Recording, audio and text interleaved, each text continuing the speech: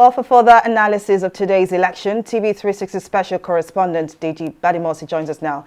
Deji, talk to us about some of your analysis of today's governorship election in Osun State. Well, thank you very much, Adi. Well, this election is more like a repeat of what happened in 2018 when they had the last governorship election. But just before we come to that, let's take a look at some of the details people need to really understand about this election. Now, the number of registered voters for this election is 1.9 million. So approximately 1,955,657 persons have been registered voters. But those who are eligible to take part in the election that's eligible now to cast their votes in this election, 1,463,470. Do not forget, you still have, this number of people still have to go to the polling unit. They still have to get accredited.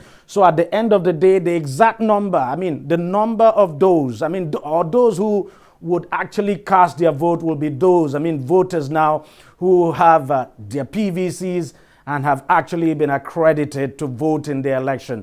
Now look at the total number of local government areas in that state, 30. The registration areas, 332, and then the polling units, 3,763 polling units across the 30 local government areas in that state. And the number of candidates, of course, 15. But then, let me say this.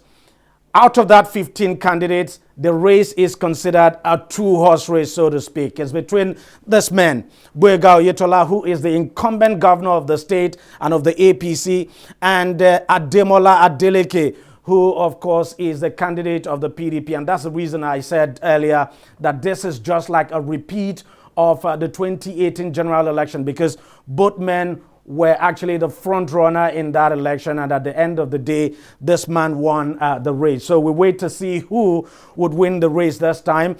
Of course, Boyega Oyetola, the current governor, is from Borukpe local government area, and Ademola Adeleke is from Ede North local government area. Now, you have 3 senatorial districts in that state.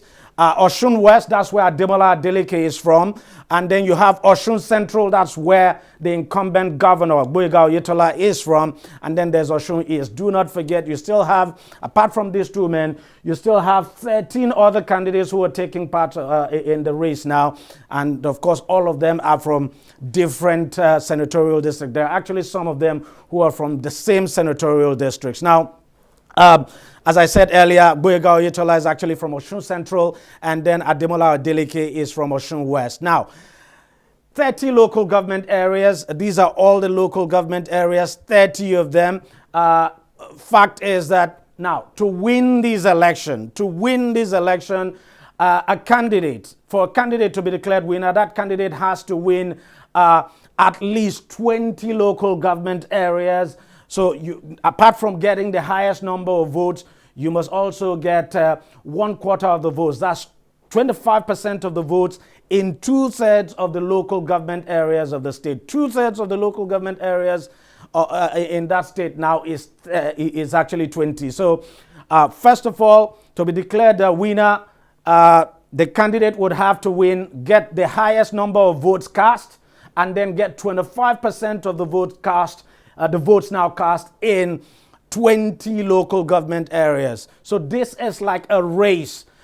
The first person to get the highest number of votes cast, and then to reach those 20 local government areas. And something I should say, there's a possibility that these 2 front runners now could actually get 25% in 20 local government areas. So the decider will then be who gets the highest number of votes. And that's exactly what played out in 2018 when the governorship election took place there. At the end of the day, there was a runoff, and in that runoff, Boyega Oyetola eventually won, but then the margin was very narrow. He won by just 482 votes. So we don't know if there's going to be a repeat of that. We just have to wait and see. But from what we are gathering, this is definitely going to be a close race. Now, some key local government areas to watch. Oshogbo local government area, Ishokon local government area, Ife East local government area, Ayedade and Oriade. Now, these local government areas have the highest number of, they are the most populated in that state, and then they have the highest number of registered voters. So it's very key that any candidate who wants to win, this election must do well in these key local government areas, very, very well in these key local government areas. So that's just how the race will unfold, but we'll just wait and see what happens and who eventually clinches the election now. But let me go straight away to Osun State right now, where we have Nelson Ekujimi, who is an election observer, standing by to talk to us. Nelson, thank you very much for joining us on the program. First of all, tell us how the election has gone so far. Well, thank you very much. The election has come, but is not yet gone because, like your correspondent rightly said, in some local governments, particularly in Ede North, because I covered from Oshogbo, Ede North, Ede South, and Ayedade, we had polling stations where the total voting population was about 8,076. That was in open space in front of Bale Ile Aranyin, polling unit 04, Ologun Agba-Akin. The polling station had 1,076. Then there was also another polling station that was at about 3:45 p.m. That's Ede South, Alajue 104, Anuolu Junction. That polling station had 8,800 plus votes. As at 3:45, the people on the queue still waiting to cast their vote were over 100. And the electoral officer for that local government had to come to that polling station and with the technical officer, and they had to call for more beavers machine so as to be able to speed up the process there. So in essence, what you're trying to say is that, look, election could still be taking place in some areas across the state as we speak. Absolutely, it's still going on in some places in the state, in some polling stations, because according to the Electoral Act, so long as you are on the queue before the close of ballot at 2:30, even if the voting had to extend to 7 p.m., you will be allowed to cast your vote. So long as you are in the queue. Yes, I understand. That's actually what the rule says. Tell us quickly about the BVAS system now. That's the biomodal verification system. How has it worked? It has worked very well, but we had some little, skirmishes in some places that some persons, the beavers, couldn't recognize their thumb and they couldn't capture their faces as well. In some places, they had to call for the technical team who came and made amends. But largely, if you look at how the beavers had functioned, it had functioned efficiently because the areas where we had the persons that this machine couldn't accredit were very, very negligible. In a polling station of about, maybe 300 to 500 persons, it could not recognize maybe 3 or 5.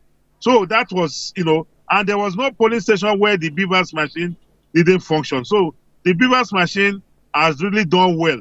The only snag that we have recognized now from this process in Osun is the need for INEC to review the register for polling stations and make sure that they decentralize polling stations such that those polling stations that are having 1,800, those polling stations can be divided into 3 or 4 so as to make the process smoother and easier for the electorate as well as others. I understand you. You could actually have voting units in those areas. Nelson, if you're still there, there's something I also want to ask you, something that, people have been talking about now. I can see we're losing you. Okay, now you're back. Now, talk to us about vote buying. It's one issue that has come up in these elections. Yaga, for instance, said it has observed situations of vote buying in the areas that you went to, that you visited. Did you observe anything like vote buying? No. There was nothing like vote buying. The undercurrent in the local governments where I went to were the local undercurrent in our politics, where people feel that, it is the turn of our son. Like I told you, I went to Ede North and South. I went to Ede North and South, and the message that, you could feel, reverberating around the environment was that our local, meaning it is our turn. And don't forget, the candidate of the PDP is from that local government. And I moved from Oshogbo to Ede North and South, as well as Ayedade. In Oshogbo North, in Oshogbo and Ayedade, I didn't witness any report, any incidents of vote buying. Though I monitored it also on the radio, and there were reports from some other places that there was a voters inducement. But in these areas, it was more about the local undercurrents. All right, I guess the politicians would be very, very surreptitious about that, so they wouldn't do it in the open. Maybe that's the reason why. Maybe that's the reason why you didn't see any. But Nelson Ekujimi, thank you very much for joining us on the program, and thank you for the good job you're doing out there. We'll wait and see how the election eventually pans out. So Shade, back to you now. Many thanks, TV360 special correspondent, for that wonderful analysis. Thank you very much.